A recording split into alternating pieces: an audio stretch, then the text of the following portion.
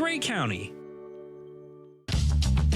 This program is brought to you by Ignite TV. Now you're in command.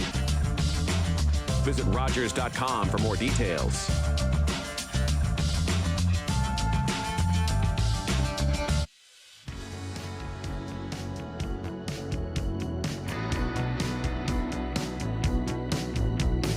Hello and welcome to HealthLink, a program connecting home, community, and healthcare.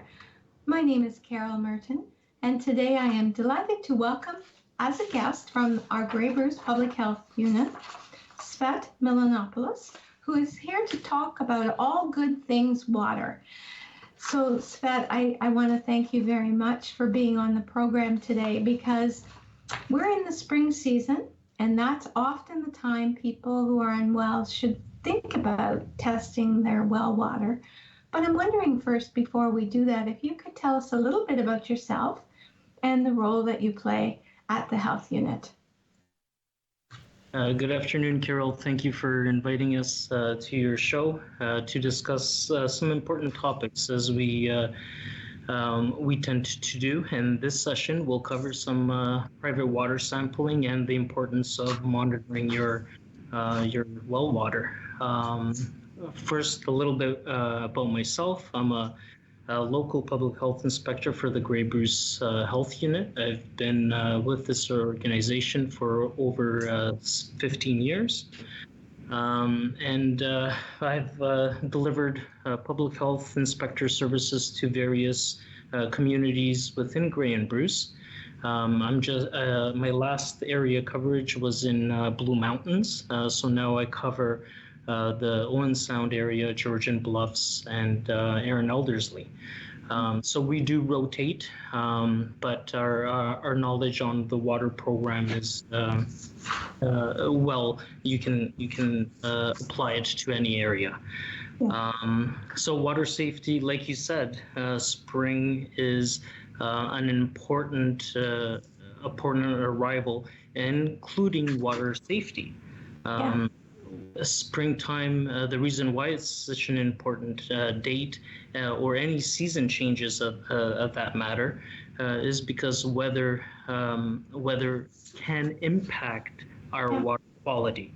And that's when you would want to test your water in order to monitor to find out if your well is vulnerable in allowing surface water to penetrate to enter the well. So the weather factors, season changes heavily impact water quality, because if your well is susceptible to surface water coming in, that's when we have a lot of snow melting or heavy rainfall arriving. So the Grey Bruce Health Unit, or any health unit of that matter, will recommend at least 3 samples be done every year. And the coordinating of those, you can do more for a private well, but we do recommend at least 3 times a year. And season changes would be one area when to recommend it. If you have a contractor, a plumber working on the well, changing a pump, for example, those are areas where contamination can also occur. That's when we would ask also to have a water sample done.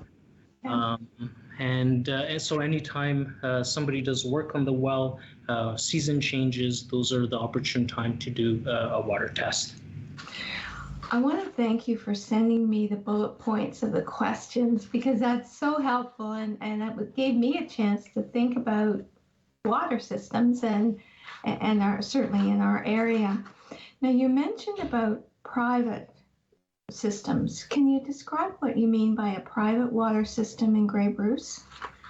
There's a private systems, and then there's public systems. In a private system, those wells are located on residential private homes. The public doesn't have access to that water. It is only the private residential, the individuals that reside in that unit. So for a public system, like a municipal system or a small drinking water system, those systems are being monitored by the operators. So water samples are already being done on a regular basis for public systems. But for a private system that just supplies water to a residence, nobody, the public or operators do not monitor those systems, and it's up to the individual resident to take a sample. And we definitely encourage the monitoring of the well in order to ensure that you have a safe supply. So there is a need to test the water for private systems because nobody's monitoring those. But for a public system, you cannot use the public health lab to do those samples because somebody is also addressing that. Yeah. So just to, pardon the pun, drill into well systems. So houses or residences that are older who may have wells or private systems in place, do we have many of those in Grey Bruce? Indeed. We definitely have an abundance of wells.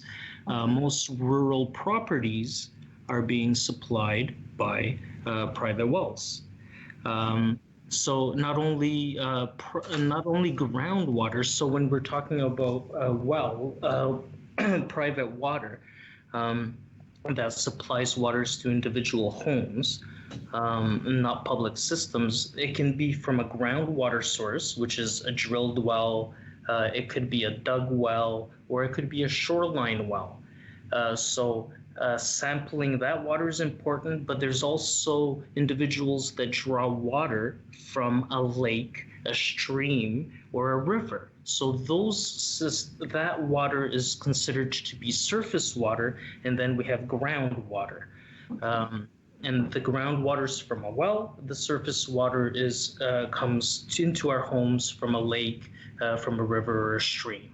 And regardless of you should monitor both types, whether you're getting your water from the surface, from a lake, you're drawing it, or from an aquifer in the groundwater system.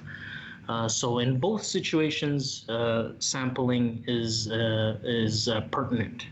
And yeah, so just a few, I always have questions on top of the questions. So does it cost money to have your water tested at the health unit?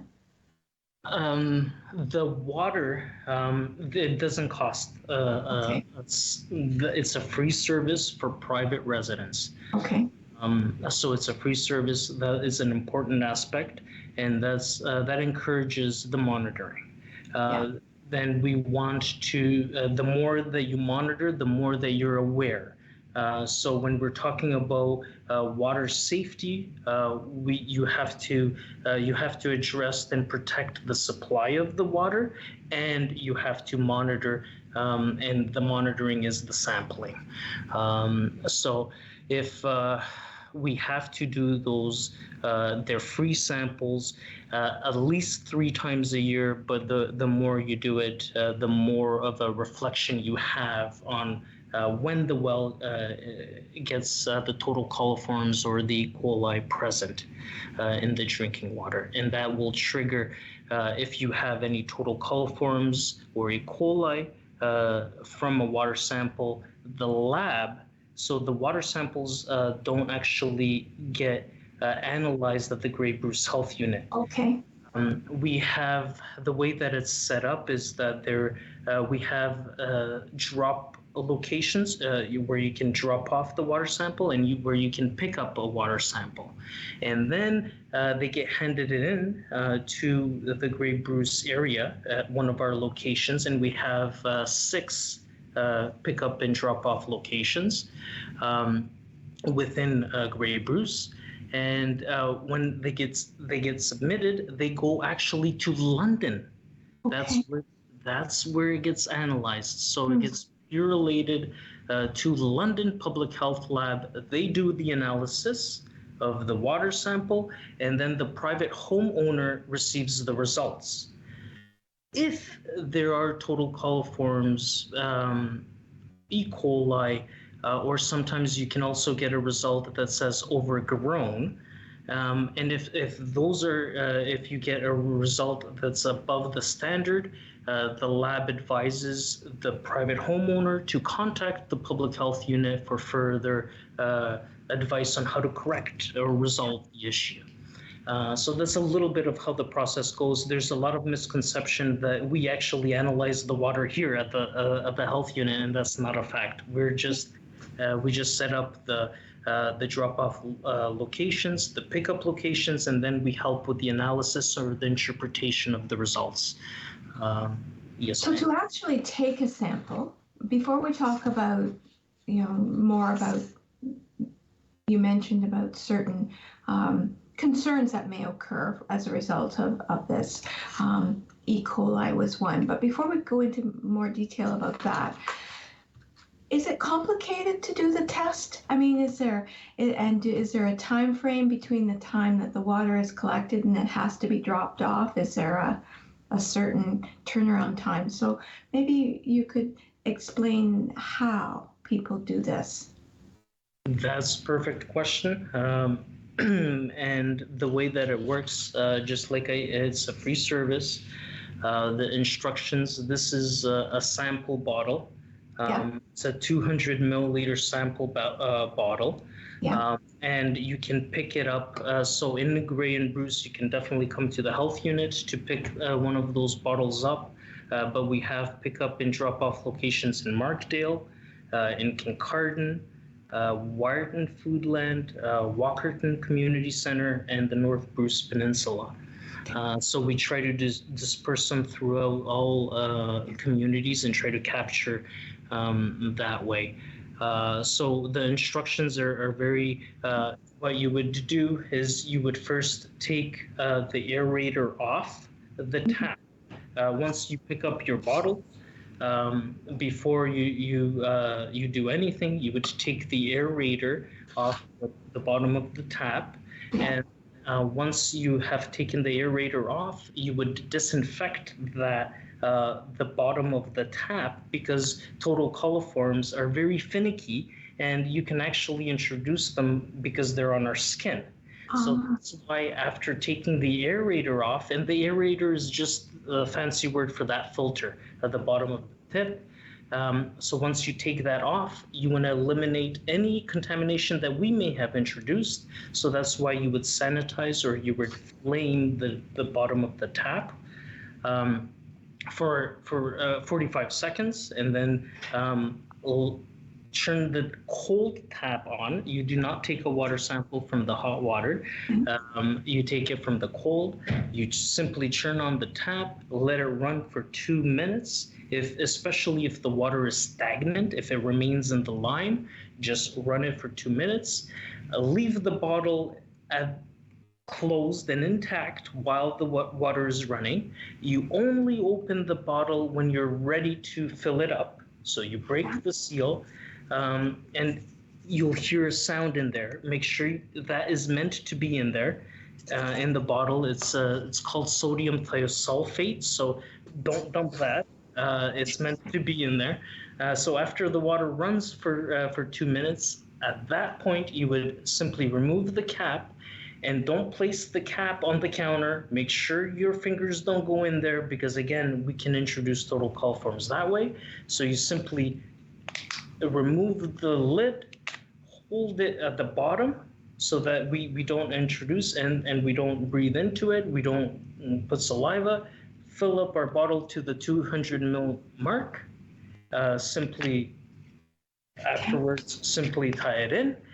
So one note is the time factor that you alluded to is very important. I would encourage everybody who is doing water samples to take the water sample and drop it off the same day. Because if the if the sample sits in the bottle for more than 48 hours, By the time the lab gets it, they will reject it.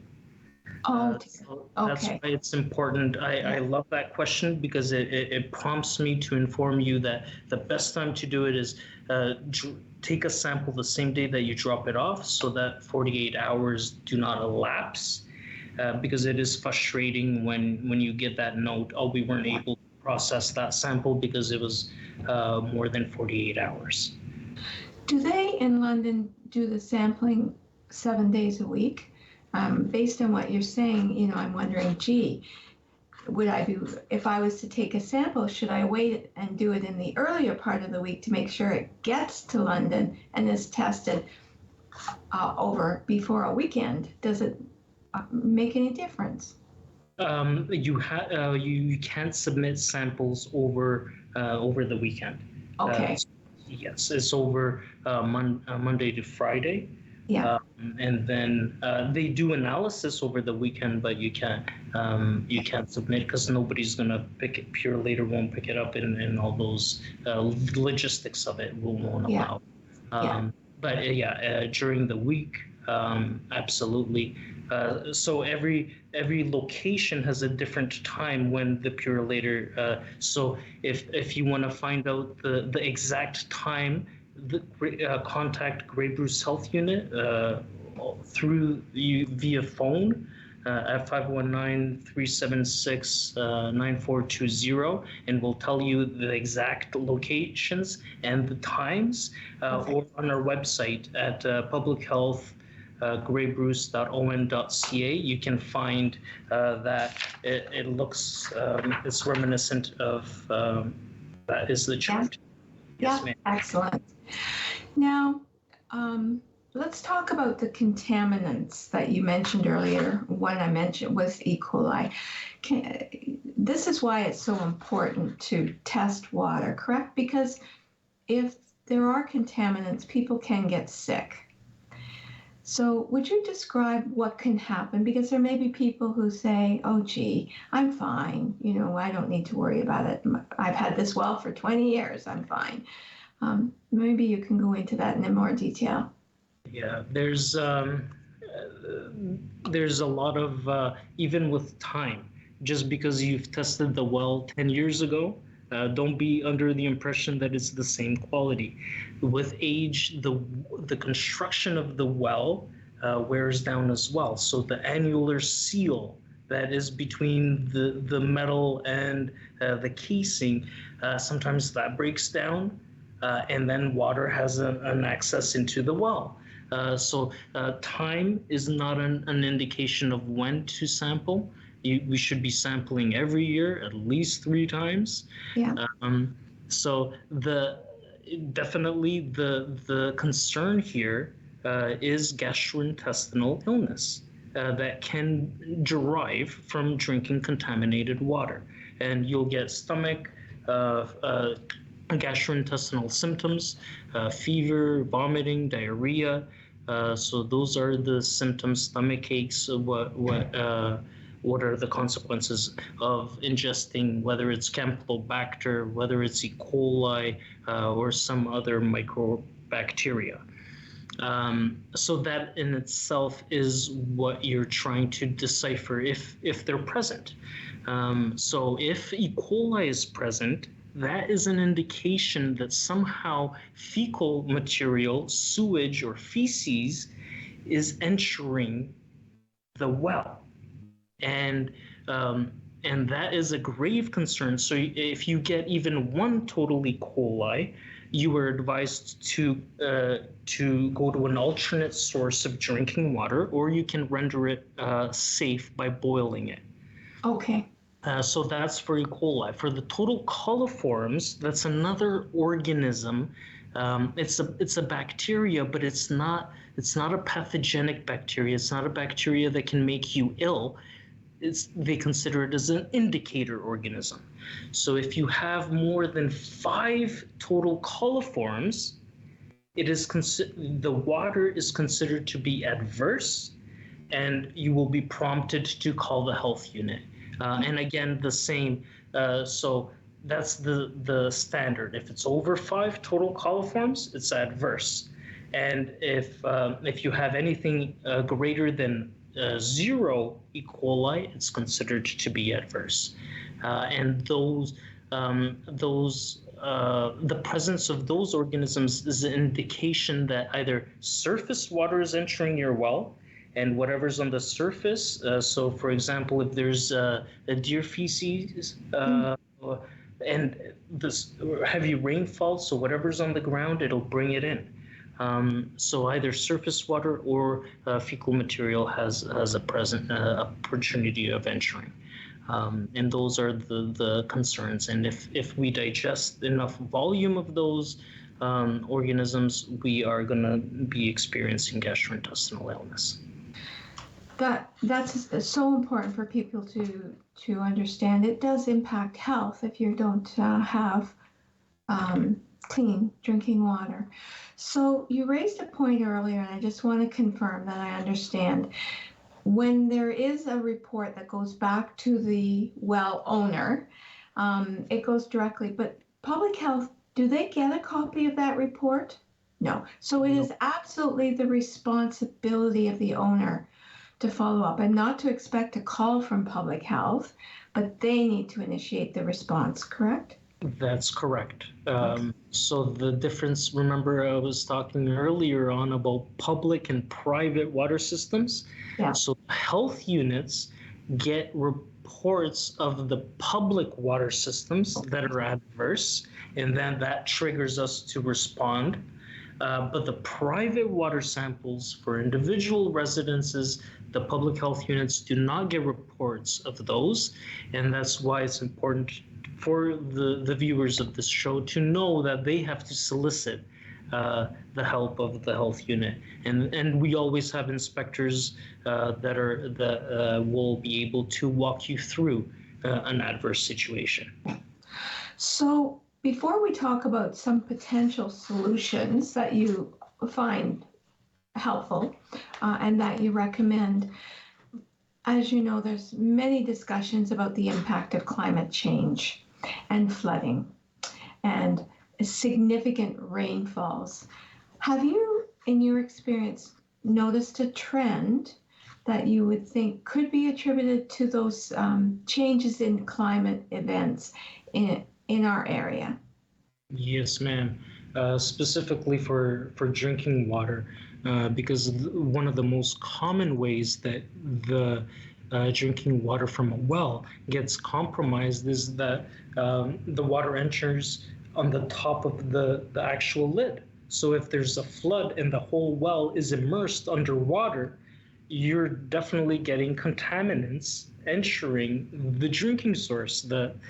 So the more flooding, the more there's opportunity for that water to come into your well. So not only does the water, one of the common ways of entering is from the top of the well where the lid is. So if the lid is not securely on, or there's a little vent, so if there is that is not screened properly, that's how you get contaminants in. But it doesn't have to flood the well. If you have stagnant water around the well, so that's how the construction of the well is built is also a factor. So if your well has 40 centimeters above the ground, which is what is proper, what is recommended, it's harder for that well to be submersed with a flood. So that's one safety precaution in the building of it. But when we do have excessive floods, and climate change has that ability, where so even the 40 centimeters may be compromised with the heavy rainfall. But so the soil around the well, so not only water entering from the top of the well, but it's also important after the construction of the well that the soil actually removes the water and it doesn't allow it to remain stagnant around. And that's why we have also distance requirements when they're building the well. So a well has to be 50 feet from a septic. It has to be certain distances from another structure. So all these are to minimize the risk of contamination, But then once contamination happens, we also have to know how to respond to that as well. But yeah, climate change has definitely, Carol, definitely the ability to compromise, and we have to be more alert, especially if you experience flooding, if you experience heavy rainfall, more alert and monitor at that point. So certainly, I mean, we think of climate change as in a variety of ways, but it can affect our everyday living through the impact, for sure. So, what do people have to do to correct a problem? I notice Mark has given us the 3-minute sign, our producer. Yes. I could talk for a long time about water with you. And I tend to ramble, so I do apologize. No, it's good. It's all good. There is multiple approaches. I'll tell you a permanent solution, and the permanent solution would be applied to where you can substantiate there's a systemic problem. So after doing 4 samples, you still get total coliforms. You're still getting E. coli. That's an example of a systemic problem where it's not just disappearing. And at that point, if you have multiple samples that are above the standard, you should consider a permanent solution. And that permanent solution could be the ultraviolet light, which is the least expensive way to provide a permanent solution. And then once the water passes the ultraviolet light system, and there's a filter before that, so all the viruses and bacterias will get disinfected, and then the water goes into your plumbing. So that's the permanent way. If you find that sporadically you're getting total coliforms or E. coli, there's also shock chlorination. And shock chlorination just means applying bleach to the drinking water and chlorinating our existing supply in the well. Mm-hmm. And the reason why that is a temporary solution, so shocking the well is a temporary solution because we're only treating the water that's inside the well. Yeah. So any new incoming water from the surface will have the ability to recontaminate it. That's why it's temporary. Yeah. So and that's why we say if you know that your well is susceptible to surface water and you know for a fact that year after year you're getting total coliforms, go to the permanent solution right away. But if you're doing it sporadically, you can shock chlorinate it, and there's a certain volume that's associated, how much bleach to, and you can call the health unit and we can help you with that process as well. I can't believe our time is up. I have so appreciated speaking with you today and learning more about wells and how to keep drinking water safe. So I want to thank you very much for being here and encourage anyone to get their wells tested and to call the health unit for advice. Thank you. And thank you to my pleasure. Thank you to our viewing audience for joining us today to learn more about programs, resources, and services available to you and to your family. Take care, stay safe, and thank you.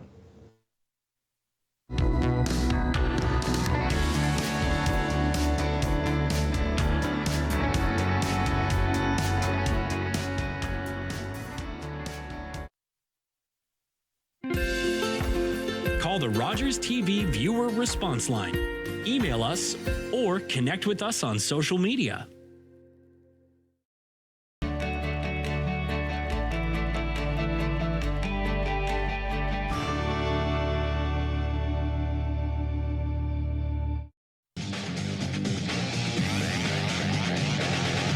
Hi, I'm Thomas Shade, a right wing with the Owens Attack.